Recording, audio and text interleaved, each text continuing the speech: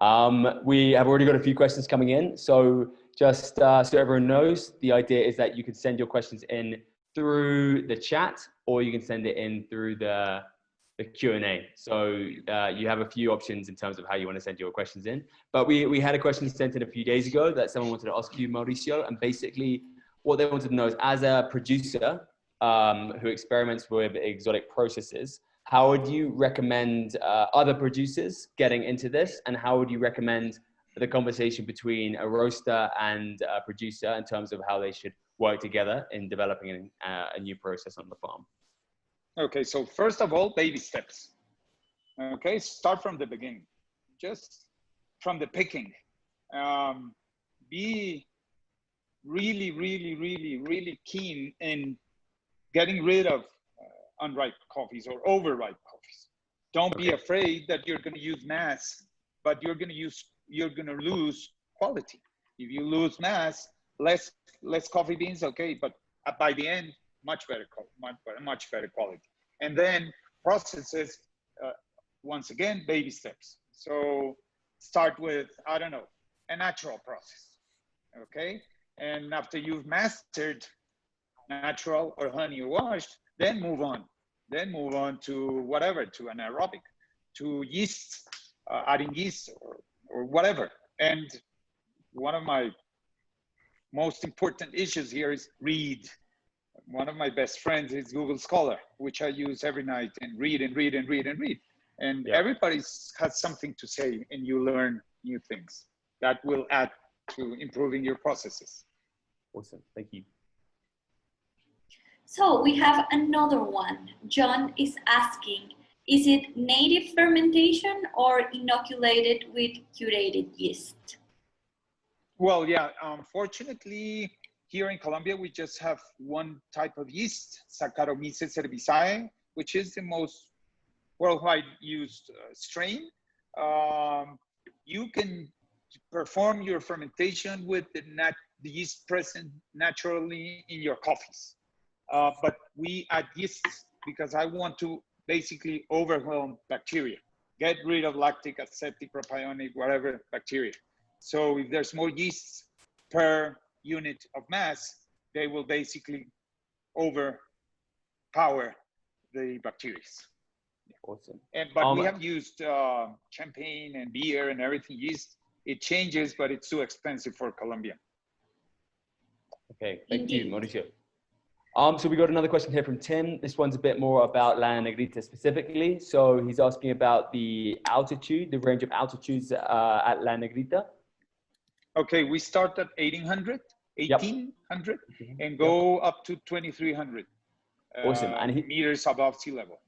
And he's also asking what is the kind of baseline score at La Negrita for standard washed coffees for the varieties that you have? And is the purpose of the processes that you do to improve the score significantly? Well, difficult question, I know. This is difficult, but coming from you. Yeah, for me, less than 89 is not good. Okay, basically that. I know there's scoring and cupping. I'm sorry with you green buyers, but I know where you score and I know where someone else scores. But basically it's what we do here in the lab with my wife. And if it's 89, that's really good. When we won the competition, our geisha won with an 89 points washed geisha. But the baseline for our score for us is 89, at least. Awesome. Yeah. Nice. Okay, so we have to summarize that, well, to continue with the baseline score that they have and the conditions, they will decide how to process the coffee. Yes, the different techniques are selected and created to improve the quality or the profile of the coffee without damaging the DNA or the taste of the variety. Now we have a John asking, at what Brix level is normally chosen for harvest? Oh, well, Colombia is a really humid and wet country. So it depends if that week it rained. So if it rained, it Brix plunges, it goes down.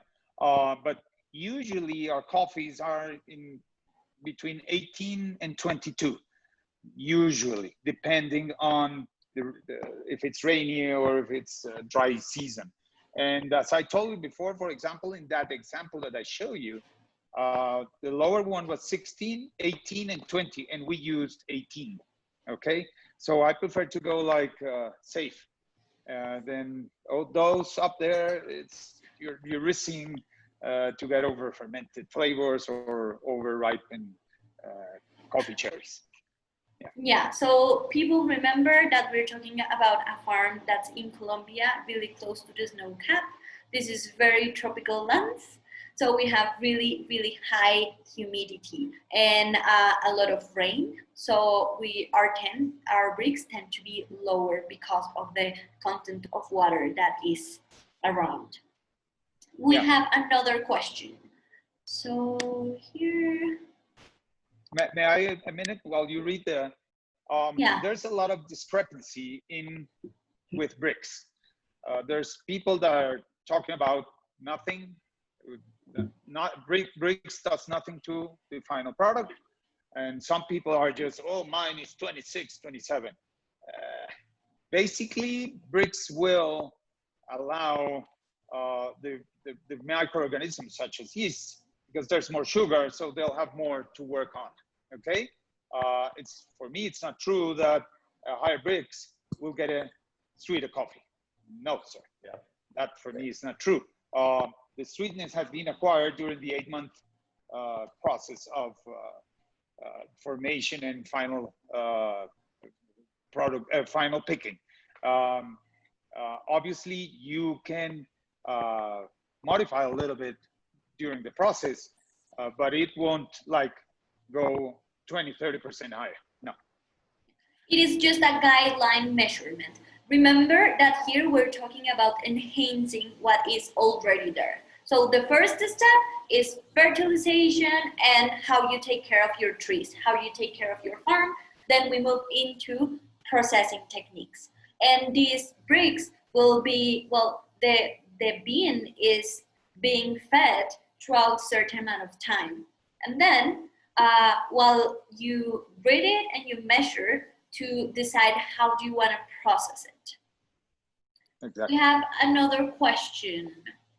So you mentioned fermentation need a stainless steel. Is food grade stainless steel? Can we use a plastic drum? What's your opinion? Mauricio, just to add to that, someone else has already asked a similar question. So just to maybe you could answer both at the same time. And this is Hugh saying, have you tried other fermentation tanks or vessels? Do you think a crossover fermentation vessel, something like they use in the wine industry, could be a possibility? So we have two kind of fermentation tank questions here. Okay, yeah. Well, we started with plastic tanks because stainless steel tanks are too expensive. So fortunately enough, in a couple of years, all of our tanks will be food graded stainless steel tanks, okay? Because they're completely inert and they won't acquire smells or tastes, or they will have bacteria proliferation a lot, okay? No, the best is to use stainless steel tanks. Well, people have used, I have in my phone the number for the guy that sells casks, so rum casks or wine casks. Yes, that yeah. But we haven't done it still yet. Every crop it's like, okay, I'll do it. I haven't done it, but I think it is, yeah, it will do something, okay? I don't think there's enough time for the wooden cask to change the profile, because those casks are used for years. So if you buy a really good single malt, it says like 5 years in Solera, whatever rum cask. So that in order to change or induce a new flavor, it should take too long for it. And some people have used this but adding something, like they add rum. So obviously the coffee will end up tasting like rum, but that's adding artificial flavoring. Yeah. Yeah. So no wine barrels for now. Plastic tanks work really, really good. But if you want to go one step ahead and be very geeky about your processing, you will step into stainless steel.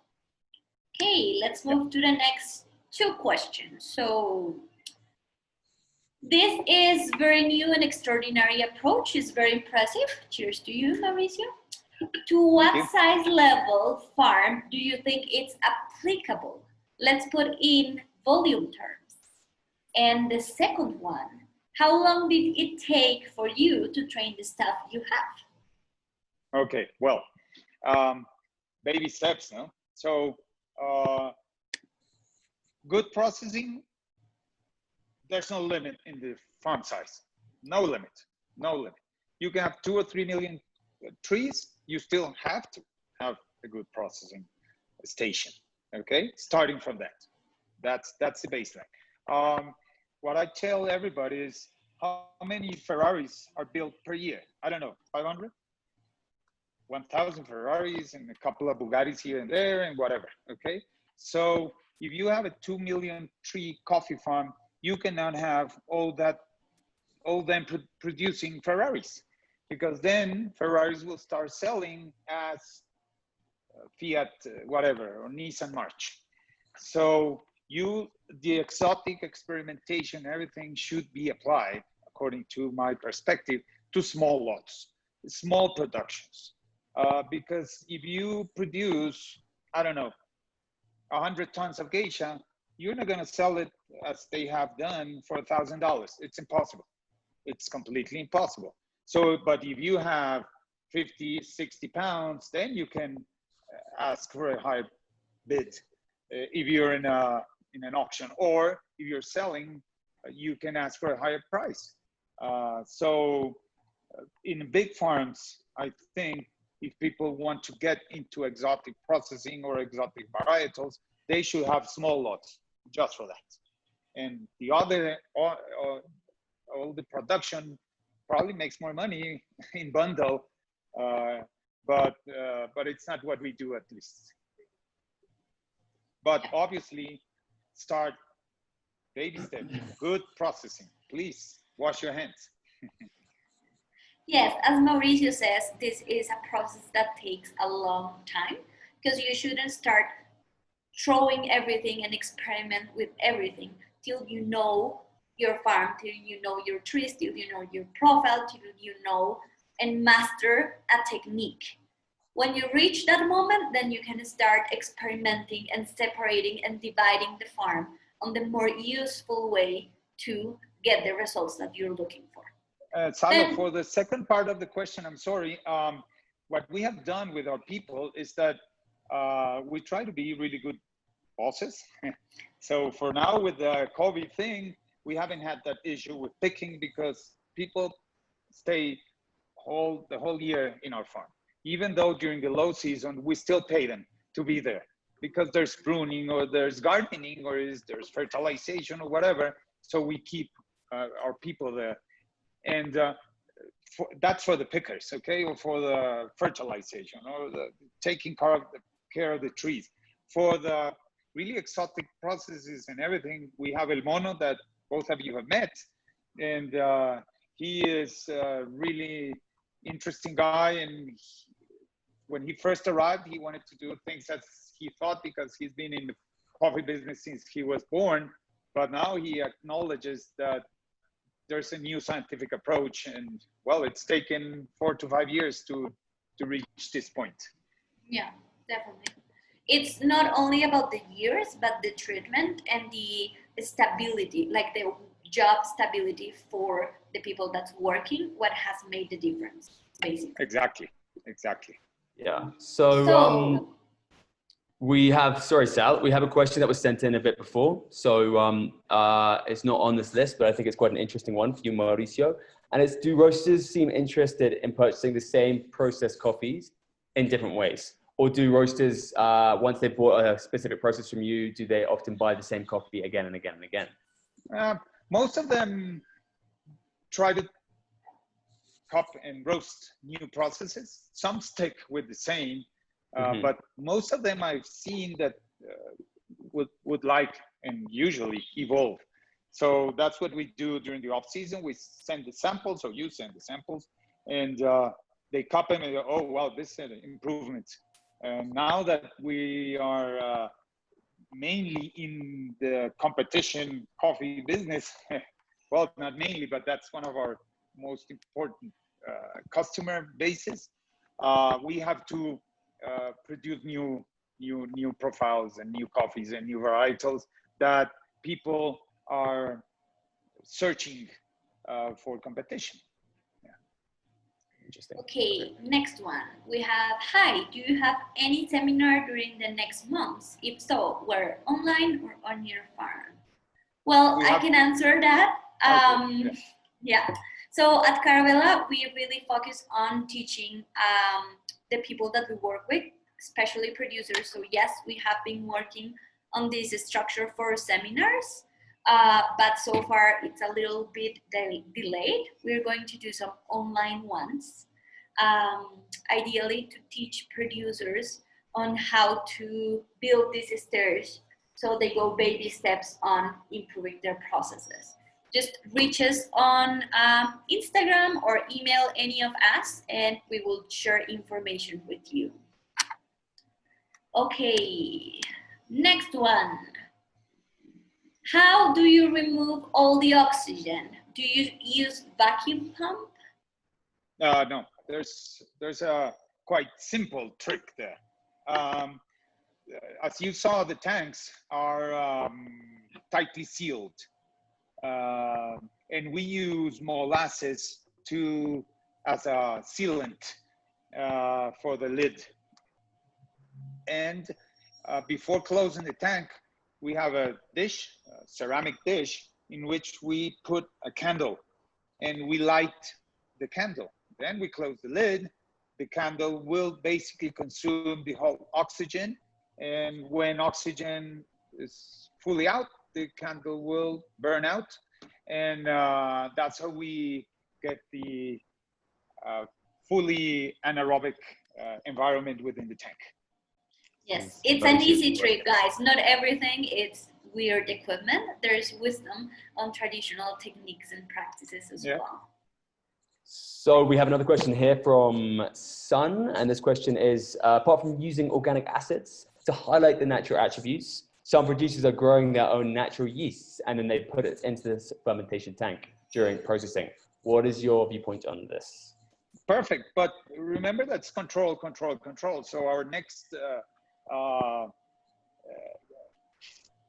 credit bank loan, it will be to buy microorganism producing plants, okay? Because you can do that, you can grow your own yeast. That's not difficult. It's called masa madre, well, mother, yeah. But you don't know the exact amount of colonies that you have there. And that for me is impossible, because then it's not repeatable.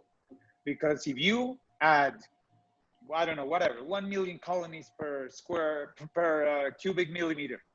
So that's what you add every time you do it. Mm-hmm. But if you produce your own yeast, much better. Wow, perfect. But then you don't know how much you have there. So you cannot think that next season, next picking, the coffee will be exactly the same, because you are not doing a scientific process. What we do when we experiment is that we change just one variable. All the other variables are controlled. But if I add yeast, in which I don't know how many colonies, the size of the colony, then I have two variables. And one that's the most important, that is the microorganism performing the fermentation. So that's really good. That's what we're going to do. And we're going to produce our own yeast and our own microorganisms. Yeah. Awesome. Nice. Thank you, Mauricio. Okay, let's keep going.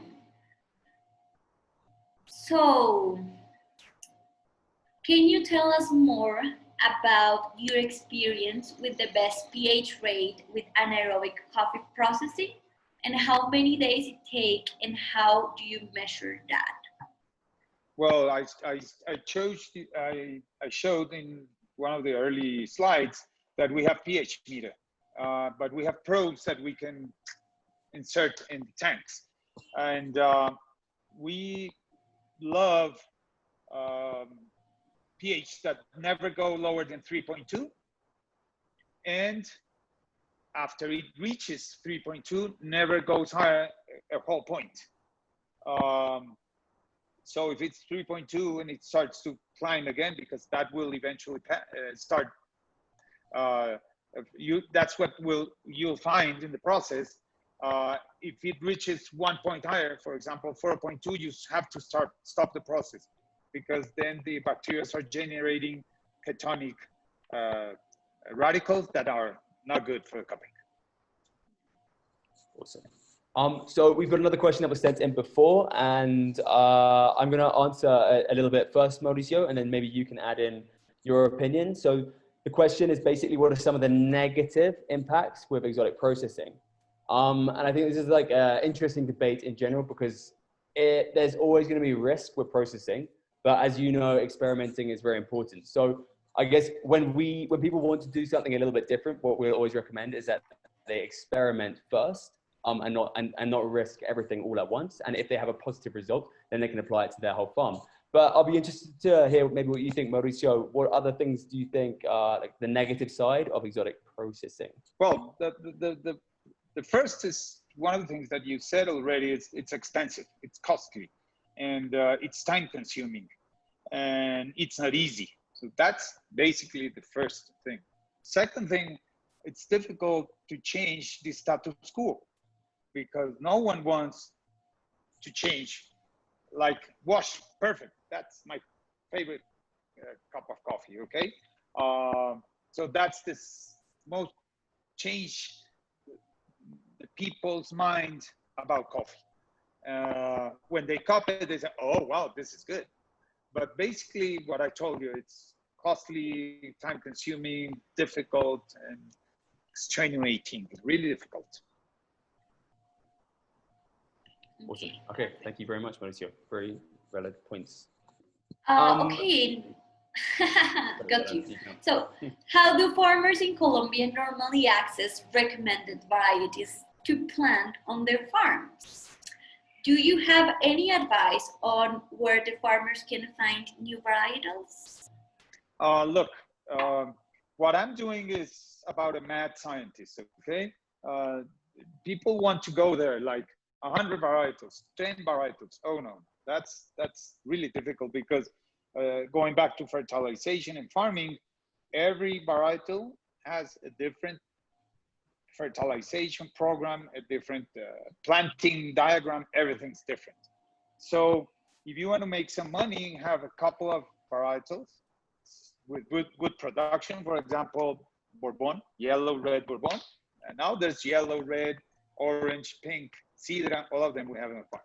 And those have high yield, and they produce good quality coffee, at least in 89, 90 points. Bourbon Sidra is way above that. And have a varietal such as Castillo or Colombia, that's like the mass production coffee, okay? That's what I think people should do, and have something that you can live on, and have a small lot that if you're really successful with it, there you're gonna buy your new TV set. Yeah, and to get varieties inside of Colombia is a little bit hard. You can buy certified varieties like for the traditional ones, but looking for exotic varieties, you go to farms from other people, you try and find. What we recommend producers is that we taste the coffee before they even try to plant it, or we will connect them with our Carabelas farm, which is Belgravia, where we have certified different seeds that we can provide to producers, or we will connect with other suppliers that we know have original varieties, sort to say. but it is more about that connection and getting to find the varieties. And the trust. And you know something? Not because you buy a geisha, you're gonna get a 90 points geisha. Exactly. So Not baby at steps. all. Exactly. Baby steps. First, have a perfect beneficio, perfect farming with the usual coffee that you have, and then go through geisha, whatever, Rume Sudan, whatever you want. Okay? But that's true. Do So- anaerobic processes Always do good. anaerobic processes easier to control the final flavor that you want when compared to traditional natural process? Would anaerobic eliminate the natural flavor of the varietal? No. Most of the time with this new processing, you try to remain with the DNA or the usual coffee, okay? Anaerobic won't change that.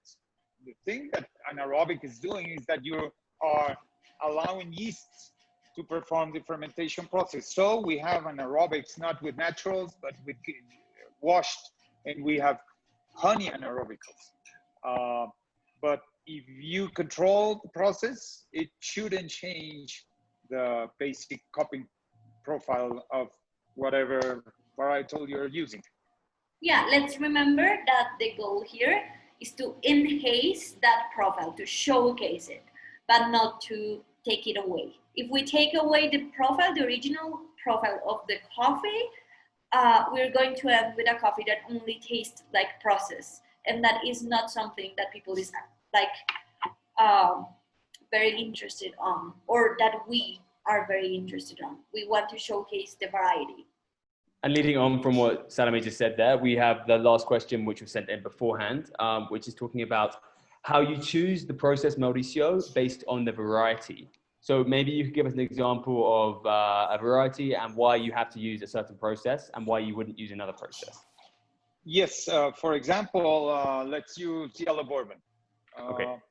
Yellow bourbon is, as I told you before, it's good coffee with high yield, and but it's not a 95 points coffee. So the final goal with yellow bourbon is never be beside the baseline of 89.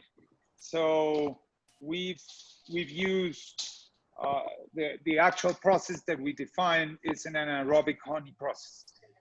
This highlights this yellow fruits, this sweetness, and this spicy cupping profile in our yellow bourbon. And how did we decide it? Trial and error. Basically that. Experiment, cup. Oh, this is the one that does the trick. Good, that's it. Now, with 5 years in doing this, we can direct the final product, okay? Awesome. Thank you for that. Mauricio, we have another question here, and they've requested that you answer in Spanish, if it's possible. I'm sure it is possible. Claro. So the question is about the ash content of the mucilage and how that's reduced in anaerobic fermentation. So is the ash content? Ash content? Yeah. Ash. Ash is what they're saying. It might be a translation thing. Yeah, probably. No, Salome, any thoughts on what maybe he means? I'm not sure there's that much ash. That's what I would have thought as well. Well, I tell you what. I've read a lot, and I've never seen that component. Okay. Well, Erickson, if you would like to send in another question defining a little bit more what you mean, we'll be happy to reply in Spanish. Just yeah. in Spanish. Or in Spanish, obviously, as well.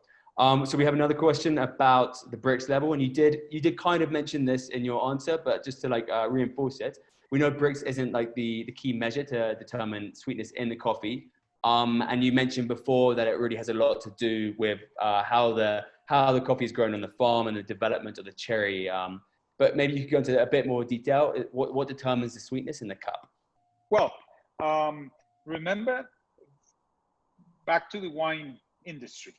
Why wines are so good in the southern part of the southern continent, or in the the southern hemisphere or in the higher parts of the northern hemisphere, because there's really high temperatures during the day and really cold temperatures during the night.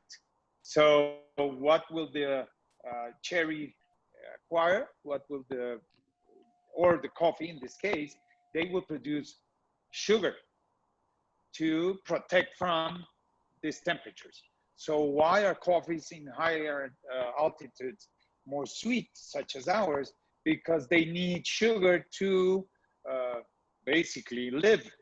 So coffees in higher altitudes and with extreme temperatures during the night, such as ours, that goes even below zero, immediately the coffee tree will produce sugar to inject to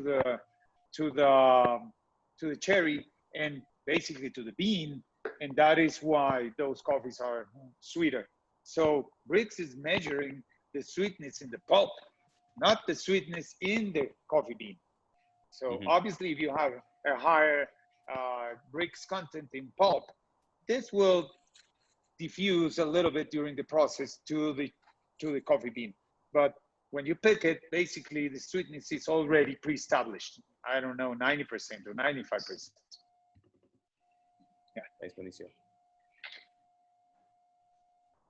So we have, in grape production, the farm manager decides on tons per acre to shoot for a certain quality before the fruit ripens.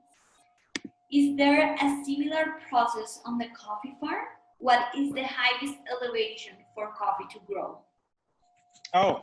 We have up to 2,300, but I know, for example, in Ecuador, that's on the equatorial line, they have higher.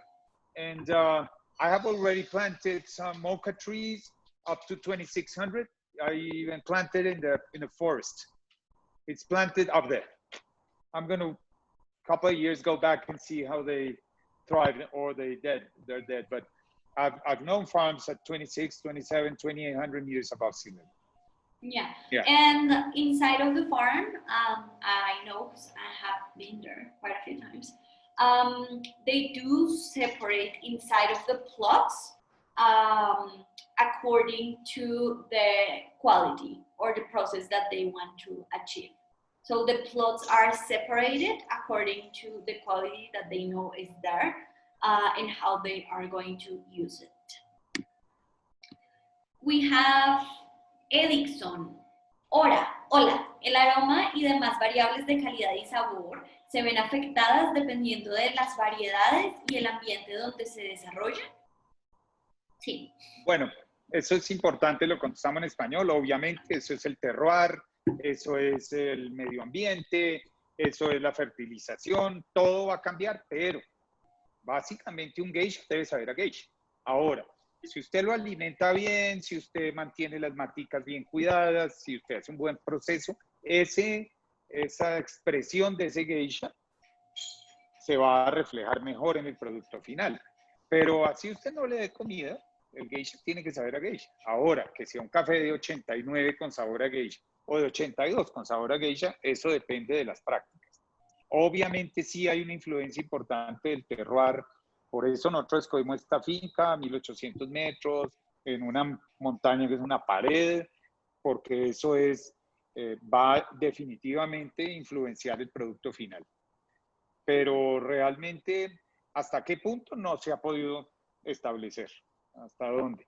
Lo que sí es, vemos resultados mejores a más altura y a mejores prácticas agrícolas y obviamente con un proceso más sano. Maybe Mauricio, maybe you can just do a quick summary in English for those who did not understand your perfect Spanish. Okay, sure. The DNA you cannot change, even though you plant in New York or in Bogota or at Finca La Negrita.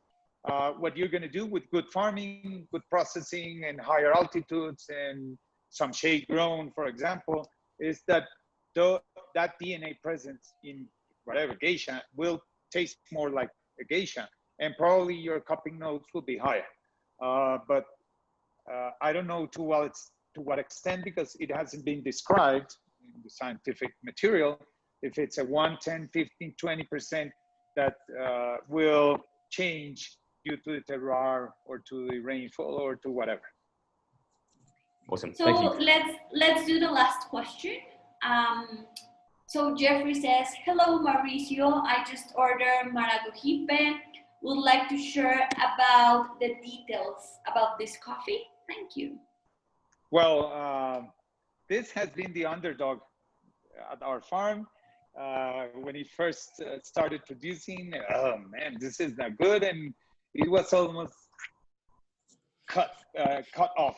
But I remember, then, yes. Yeah, but then we see that this is really expressive coffee, and this is really amazing coffee. It is difficult to cup because, for example, especially our Maragogipe has caramelized onions in the cupping notes. So people may see this as a fermentation defect or something. And you know something? Farming the Maragogipe is amazing. Wow. It produces and produces and produces. It never needs pruning. It never needs stumping. It never needs nothing. It just produces. It's one of the most amazing varietals I've ever encountered. Basically, not that bad with leaf rust, and well, every cherry is humongous. It looks like a prune or something like that. And I think it's quite a good varietal. And it's sweet. It's not that difficult to roast. So yeah, really good coffee. And now we're replanting the whole lot. So we're going to have a bigger lot of Maragogipe in the farm.